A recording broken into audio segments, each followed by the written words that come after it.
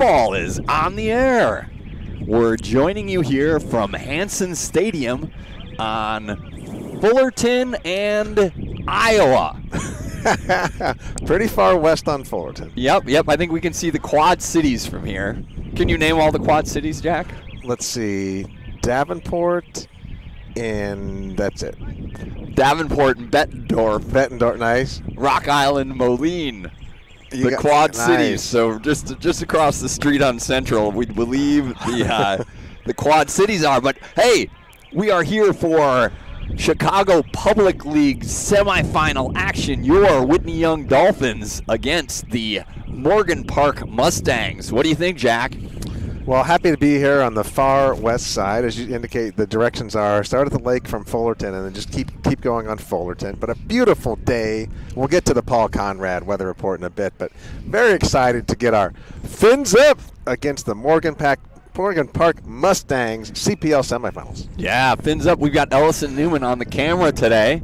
With professional camera. Ellison, her second gig of the day. She just came over from North Park, where she shot the North Park Vikings against the Wheaton Thunder? Oh, the Thunder. You're just making that up. We have no idea. Wheaton College. Actually, that Wheaton College is interested in Vaughn Conrad. He's made a game day visit out there. But Ellison was out shooting Jason Perez of the Whitney Young Dolphins. Jason had a big strip sack to end last week's game. Not the right result today for North Park, but let's talk about what we have going on here. Semifinal game. Whitney Young comes into today 9-2 overall, 7-1 in Chicago Public League action on the year. Morgan Park enters at 7-4 overall, also 7-1 in the Chicago Public League. If you remember back to, what were we, week 5? I have it here somewhere. Anyway, Morgan Park handed Whitney Young a 28-12 loss that was out at Rockne Stadium. So good game out there. These two teams at the top of the Chicago Public League standings all year. I took a look. Over the last 3 years, the Dolphins are 25-3 versus Chicago Public League opponents. And the only team they haven't beaten during that period is Morgan Park. That's the only team. Yep, so they've been able to take down Kenwood 3 times last year, Simeon in the playoffs 2 years ago, sort of your traditional powers at the top of the pack in the Chicago Public League. If you want to look over at Morgan Park, their one loss this year within CPL action was against Kenwood. That was their first loss in Chicago Public League play since 2022. So head coach Chris James has the Broncos locked and loaded. They took care of Bulls Prep 30-18 in the first round CPL action last week. I got to say, I saw the end of that game, and it was 2 touchdowns late for Bulls. So otherwise that game was kind of hovering in the 30-2 area for most of it. So they took care of the Bulls. And we know, of course, if you were with us last week, big win for the Dolphins, 22-7 over Peyton. Again, that score sounded a little bit easier than what it was. We'll jump to the interview with Coach Dan Finger, and then maybe, Jack, you and I can reflect on it a little bit too. I mean, good win for the Dolphins, but not an easy win at all. So let's jump to that interview, and then we'll continue with our pregame. Here we are with Coach Finger from a couple days ago at Whitney Young High School. I'm here with Coach Dan Finger. Coach Finger, tough first round Chicago Public League action. A lot of highlights to that game, but let's start right at the top and talk about your junior punter, maybe first even, and then running back Sean Miller. Yeah, Sean, is a guy who does it every week on the scout team, and I think it shows in the way he runs. We do a drill we call run fit pattern match. That's kind of tag off on the offense. It looks kind of like an NFL practice where defensive players are doing everything live except really hitting the ball carrier, and it gives us a chance to work on our pursuit angles, our run fits, and then our pattern matching and the route coverages. But our running backs, I will get on them if they're not sprinting to the end zone, because basically I want to see, hey, if we give up a long run, is everybody doing their job to get there to stop it? And Sean learned that lesson last year. So, some of our other young running backs will ease up, will run out of bounds, will do stuff like that. But we love getting Sean in there because he knows exactly how to do it. And then that's what his runs look like against Peyton. A bunch of moments where it looks like, all right, he's tackled. All right, he's tackled. All right, nope, running full speed vertically behind his shoulder pads. And he just did a really good job. Obviously, he's a great athlete in the kicking game as a punter. He's played some linebacker this year. But it was cool to see him take advantage of those opportunities with the ball in his hands when it mattered most and when his team needed him the most, and couldn't be more proud of him and just grateful for all the work he's put in that nobody's seen up to that point, and then being ready to capitalize on it last week in a huge playoff game. Yeah, and on the other side of the ball, that defense just kept coming through, especially in the fourth quarter, had a bunch of big plays. What was your feeling throughout the course of the game?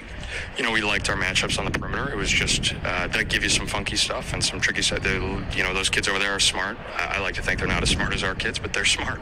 And, those schematic challenges are unique. They run a lot of unique formations. Their quarterback, I said all week, the kid's a hell of a linebacker. And the kids thought I was making an insult. I'm like, no, that's how he plays quarterback too, and that's different. He's not thinking about our coverages the way necessarily other quarterbacks that we've seen do, and they're not scheming up our coverages like that either. And so, a guy, Devander Shoemaker, stepped up big time. There's a couple big plays where he makes the tackle, but it wasn't his fault. So I know it looks like he, as the nearest guy in coverage, he's to blame, but he's actually covering for a couple other guys whose name I won't say. But so he did a really good job there, and sort of a come to fruition moment again of 4 years of anticipation and finally getting his first start. And Miles Parsons with a huge pick and just being shut down on his half of the field the whole game. It's really hard to sort of appreciate that as a fan, I think, because the ball's not getting thrown there. So you're not looking over and saying, oh, he's breaking up a pass, he's picking a pass, he's doing this, because he's just not getting targeted, and that really helps the rest of our defense. And then David Hinkle and Bennett DeRoss kind of playing top down, getting everything sorted out from a communications standpoint, and letting guys like Rayton and Joe Gray and Lee Dingfield just fly all over the field. And our interior guys, Dylan Piricini, Alex Olszewski, MJ Woods, have done a great job all year of being heavy-handed, really striking blockers physically, and I think that showed when we needed it. More information. And I think because the ball's not getting thrown there, so you're not looking over and saying, oh, he's breaking up a pass, he's picking a pass, he's doing this. Dingfield just fly all over the field, and Throw Logan Lopez in there too, because a heck of a game for him. Yeah, he hadn't played football until last year, and this year has really dove into it and just learned the game really well. And with backups like Jacob Oldermuth and Josiah Purnell, who have been really physical in the boundary there, which both undersized guys really sort of channeling their inner Aaron Champion. But Logan has been the tone setter for that outside linebacker core all year, and just really smart player. I know they ran that throwback screen, and he had a great tackle for loss on that one. Just being as dependable and reliable of a guy as you can be, and one of our best tacklers. I know Joe racks him up like crazy, partly because Joe gets there all the time. Same with Rayton and the way their positions are designed. But Logan is probably our surest tackler. He's physical, keeps his cleats in the ground, he strikes with his shoulder, and he just did a great job last week and really all year as well. All right, so pivot over to Morgan Park, facing a team a second time during the year. What do you think you learned from that first game, and what are you expecting out of Morgan Park in this playoff game? I think we learned that in that first game is that we've got to be on our P's and Q's situationally. Giving up a touchdown at the end of the half, last play of the half, and then we got them 4th and short, the opening drive of the second half, and we give up a touchdown there. Either of those plays swings our way, or we step up and make that play when we need to. Obviously credit to them for making those plays, but the scoreboard is totally different, and the game script is totally different. We're not chasing 2 touchdowns to start the second half. We're getting to play our game a little better. Another thing was we were cramping a ton in that game. It was a step up in the intensity level, and a big learning experience for our guys on how we needed to practice to prime our bodies for that. And so I think we'll be ready for that. And as well as some funky, formations and some new unbalanced stuff that challenged us defensively, that we made some adjustments for later in the season, and teams who saw the film of that game started attacking us the same way. So we've got some answers there, and then offensively, I think some confidence up front. They're a get off the bus team. They're really impressive, getting off the bus, big guys, athletic kids, physical at the point of attack, but our guys are really well trained.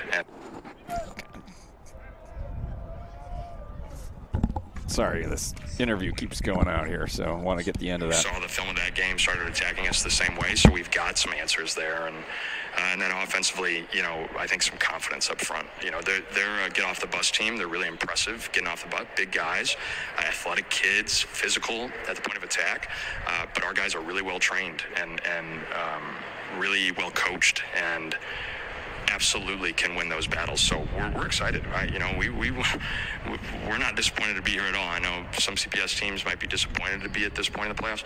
Man, we get to play another football game. I think there's like 85 teams left, 88 teams maybe left in the whole state practicing on a snowy field in November, Veterans Day, and so we're excited for that challenge and looking forward to getting a little revenge. All right, sounds good. Go Dolphins. Thanks. Go Dolphins. All right, yeah, it was a snowy field Tuesday when I was down talking to Coach Finger, but entirely different today. We've got a really, really nice day. You can get in tighter on some of this stuff. I mean, we're just just giving some tips to Ellison here of framing on this, but this is on like a 5-second, 10-second delay, so it's not exactly what you have seeing, but you can definitely get. Yeah, that's good there. I like that we have the Newman family here on the broadcast. Yeah, Ellison, when we were talking about it, she said, well, I got to be part of the family business, right? So so she's part of the family business here doing the live stream. Yeah. I love it. She's on the headset too.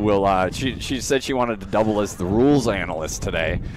So it's typically a Tony McHale type of activity that we get the following day. We got the captains right now starting to head out there. So that's Maxwell Warner. Maybe let's get to the game action right now. Woo. So Max Warner, the chosen one of one, is going to be back in the lineup today. He's going to be on a snap count, but he is All-State, named All-State this week. Max Warner, All-City as well, missed last week's game after getting hurt in that Palatine game. So we'll see how much of him we will see today, but he's definitely going to be part of it. He was itching to be out there. The whole Warner camp was itching to have him out there last week.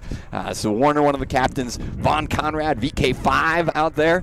Football player Joseph Gray, and MJ Woods, number 52. So again, 29 seniors. This is win and move on to the Chicago Public League Finals, lose and head to the off season. So for these 29 seniors, a lot of them on the Whitney Young side of the ball, looking to stay alive for another week. Morgan Park, I didn't add up, but I think they have about the same number of seniors in their lineup. Dolphins are averaging 30.5 points per game while giving up only 10.5. So talked about some of those keys to the game right now. When we look back at that first game, Coach Finger was mentioning, and I know, Jack, you talked to Bennett Newman as well, but I look back at that first game, and this Dolphin offense had a hard time getting going. Tough sledding against a really tough Morgan Park defense. The Dolphins were 7 of 19 passing for 72 yards. They got the touchdown to DuRoss in that game. 18 carries for 65 yards, just rushing the ball. So only 137 total yards in that game. Warner did have a touchdown. Again, Coach Finger mentioned it was hot that day. That was the first really challenging game of the year. Yeah, we had really mild weather the first couple of games, and that really hit us. And then this might be another pickle juice kind of a day. It might have some pickle juice, and then I'll have you transition over, Jack, and you tell us the keys of the game. But when we looked at the first game, Whitney Young was 2 of 7 on third downs, and they're 39% on the year. They were 0 of 4 on fourth down conversions in that game. On the flip side, Morgan Park was 4 of 12 on third down conversions. So if you're a defense, you're like, hey, that's pretty good. We're holding the other team to 33%. But They were 5 of 7 on 4th down. So Morgan Park, again, a team that is gonna go all gas, no brakes. They're gonna go for it on 4th down, and so that's one of the things that we want to look at today.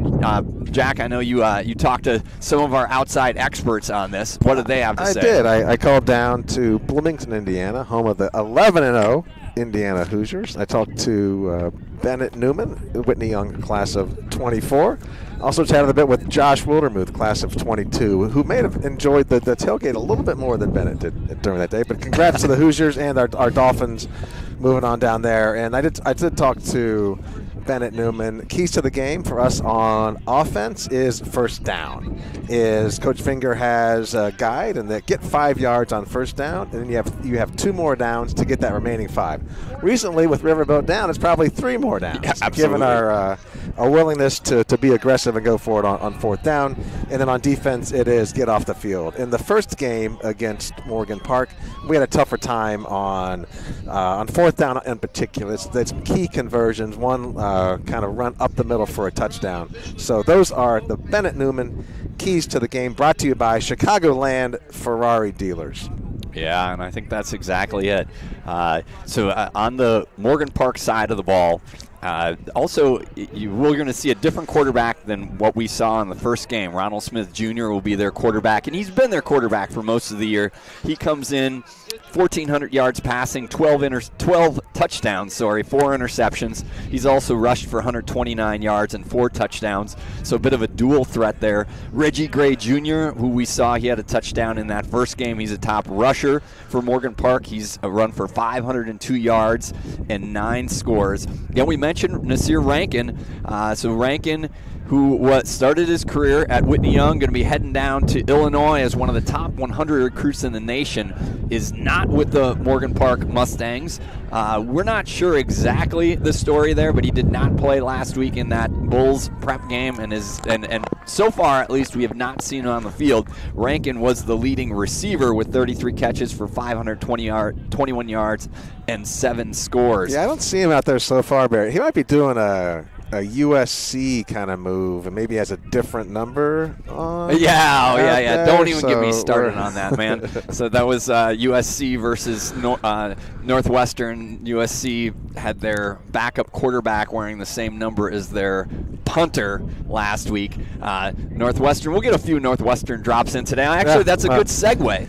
So some of the players on the Morgan Park side, they have a long tradition of putting guys in Power 4, Power 5 type conferences, D1 players. Daryl Madison, defensive back and kickoff returner. He was named first team 5A All-State at wide receiver defensive back. Madison, he's a junior. He received an offer this week from those very Northwestern Wildcats. So that adds to his offers from Iowa State, Kansas State, and Miami of Ohio. The Red Hawks. Yep, Red Hawks. Coach Chuck Martin. And then I'm going to do another segue. Coach Chuck Martin of the Miami Red Hawks.